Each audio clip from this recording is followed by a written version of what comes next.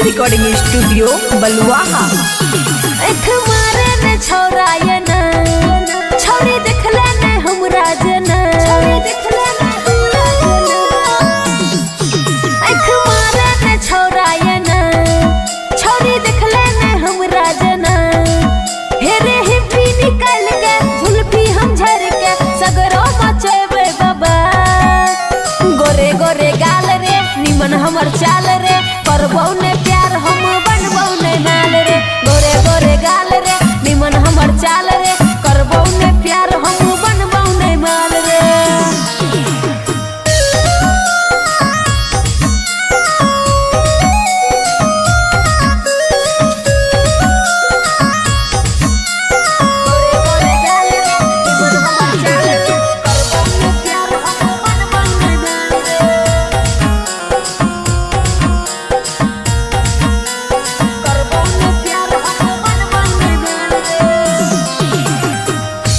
देखेबे हम पतली कमर एना ने छौरा गराबे नजर हमर जवानी रे छियै जहर रुपवा रे हमर लागै कहर।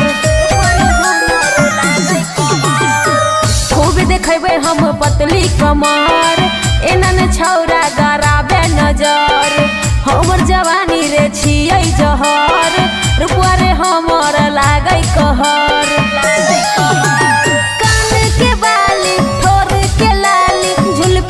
करतै बाबा गोरे गोरे गाल रे निमन हमर चाल रे करबौ ने प्यार हम बनबौ ने माल रे। गोरे गोरे गाल रे निमन हमर चाल रे करबौ ने प्यार हम बनबौ ने माल रे।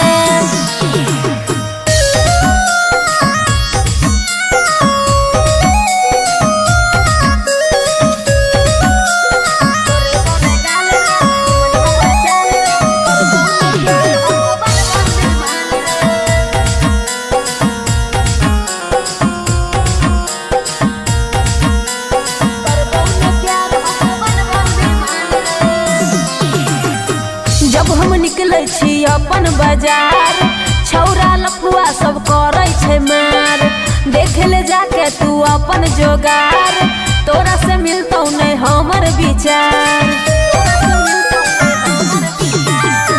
जब हम निकले छी अपन बाजार छौरा लफुआ सब करे छै मार देख ले जाके तू अपन जोगार तोरा से मिलतौ नहीं हमर विचार। स्टाइल करबै रे घायल सगरो मचैबै बाबा। गोरे गोरे गाल रे निमन हमर चाल रे करबौ ने प्यार हम बनबौ ने माल रे। गोरे गोरे गाल रे निमन हमर चाल रे करबौ ने प्यार हम बनबौ ने माल रे। खुशी रिकॉर्डिंग स्टूडियो बलुआहा।